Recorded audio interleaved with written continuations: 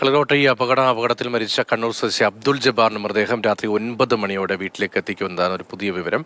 കണ്ണൂർ മാട്ടൂരിലെ കബറടക്ക ചടങ്ങുകൾ അത് 9 മണിക്ക് ശേഷമായിരിക്കും നടക്കുക. മരിച്ച പാലക്കാട് സ്വദേശി ശ്രീദീപിന്റെ മൃതദേഹം ചന്ദ്രനഗർ ശ്മശാനത്തിലേക്ക് എത്തിച്ച് സംസ്കരിച്ചിട്ടുണ്ട്. ഫെലിക്സ് ആണ് വിവരങ്ങളുമായി ചേരുന്നത്. ഫെലിക്സ് മാട്ടൂരിലാണോ ഉള്ളത്? ഇത്ര സന്ധ്യയ്ക്ക് അവിടുത്തെ സങ്കടമാണ് എല്ലാവർക്കും. എല്ലായിടത്തും നമ്മൾ രാവിലെ മുതൽ കാണുന്ന പ്രതികരണങ്ങളെല്ലാം അങ്ങനെയാണ്. അവിടെ നിന്ന് പറയാൻ കഴിയും, ഏറ്റവും മിടുക്കരായ കുട്ടികൾക്കാണ് മെഡിസിനൊക്കെ പഠിക്കാൻ, അതും സർക്കാർ മെഡിക്കൽ കോളേജുകളിൽ അവസരമുണ്ട്. അത്തരത്തിൽ മിടുക്കനായ 5 പേരെയാണ് നഷ്ടമായത്. തീർച്ചയായിട്ടും രതീഷ്, മുഹമ്മദ് അബ്ദുൾ ജബ്ബാറിനെ സംബന്ധിച്ചിടത്തോളം അതായത് 1-ാം ക്ലാസ് തൊട്ട് പഠനത്തിൽ മിടുക്കനായിരുന്നു, ക്ലാസ്സിൽ ടോപ്പറായിരുന്നു. അതിനുശേഷം നീറ്റ് പരീക്ഷയ്ക്ക് സാധാരണ കുട്ടികൾ കോച്ചിങ്ങിനൊക്കെ പോകുമ്പോൾ അങ്ങനെ കോച്ചിങ്ങിനൊന്നും തന്നെ പോകാതെ സ്വയം പഠിച്ച് പരീക്ഷ എഴുതി നീറ്റ് എക്സാം പാസ്സായി മെഡിക്കൽ കോളേജിൽ അഡ്മിഷൻ നേടിയ വ്യക്തിയാണ്. തീർച്ചയായും ആ കുടുംബത്തിൻ്റെ വലിയ പ്രതീക്ഷയായിരുന്നു.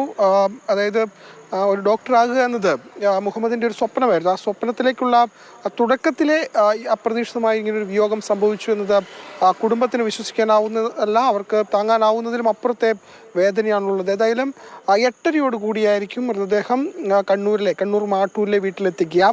ഒരു 9:30 കൂടി തന്നെ കബറടക്കം നടത്താനുള്ള തീരുമാനത്തിലാണ്, ആലോചനയിലാണ് ഇപ്പോൾ കുടുംബം ഉള്ളത്. വീടിനോട് ചേർന്നുള്ള ജുമാ മസ്ജിദിലായിരിക്കും കബറടക്ക ചടങ്ങുകളൊക്കെ തന്നെ നടക്കുക. ഈ പറയുന്ന മാട്ടൂരിൽ പുതിയ വീട് അവർ വെച്ചിരുന്നു. അതായത് 2 മാസം മുമ്പാണ് അവിടെ കയറി താമസിച്ചത്. അങ്ങനെ വലിയ ആഘോഷമൊക്കെ ആക്കി വലിയ ചടങ്ങ് നടത്തിയതാണ്. അതിനുശേഷമാണ് തിരികെ മെഡിക്കൽ കോളേജിൽ ആലപ്പുഴയിലേക്ക് പോയത്. അപ്പോൾ വലിയ ആഘോഷവും സന്തോഷത്തോടെ ഒക്കെ തന്നെ തിരികെ പോയ മുഹമ്മദിനെ ചേതനയേറ്റ ശരീരത്തോടു കൂടി തന്നെ വീട്ടിലേക്ക് എത്തുന്നത് കാണാൻ കഴിയാത്ത അവസ്ഥയിലാണ്, അല്ലെങ്കിൽ അതൊന്നും വിശ്വസിക്കാൻ കഴിയാത്ത അവസ്ഥയിലാണ് കുടുംബമൊക്കെ തന്നെ ഉള്ളത്.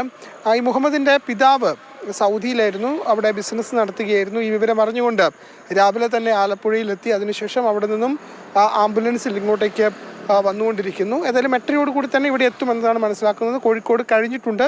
8:30 കൂടി തന്നെ എത്തിയാൽ വീട്ടിൽ ചെറിയൊരു ചടങ്ങുണ്ട്, അതിന് പൊതുദർശനം അടക്കം അവിടെ നടത്തും. അതിനുശേഷമായിരിക്കും ഖബറിസ്ഥാനിൽ ഖബറടക്കം അടക്കമുള്ള കാര്യങ്ങളിലേക്ക് കടക്കും. ഏതായാലും ഈ കുടുംബത്തെ സംബന്ധിച്ചിടത്തോളം, നാടിനെ സംബന്ധിച്ചിടത്തോളം താങ്ങാനാവാത്ത വലിയ വേദന തന്നെയാണ്. കാരണം ആ കുടുംബത്തിനും നാട്ടുകാർക്കും സ്കൂളിലുമൊക്കെ തന്നെ ഏറെ പ്രിയപ്പെട്ടവനായിരുന്നു മുഹമ്മദ് എന്നതാണ് നാട്ടുകാർ തന്നെ വ്യക്തമാക്കുന്നത്. ഏതായാലും ആ വേദന ഒരിക്കലും അവർക്ക് ആ നീറ്റൽ അത് ഒരിക്കലും മായാത്തൊരു വേദനയാണ്. അത് തന്നെയാണ് എല്ലായിടത്തെയും സ്ഥിതി. എല്ലായിടത്തെയും സങ്കടകരമായ കാഴ്ചകളാണ് നമ്മൾ കണ്ടുകൊണ്ടിരിക്കുന്നത്. ആലപ്പുഴ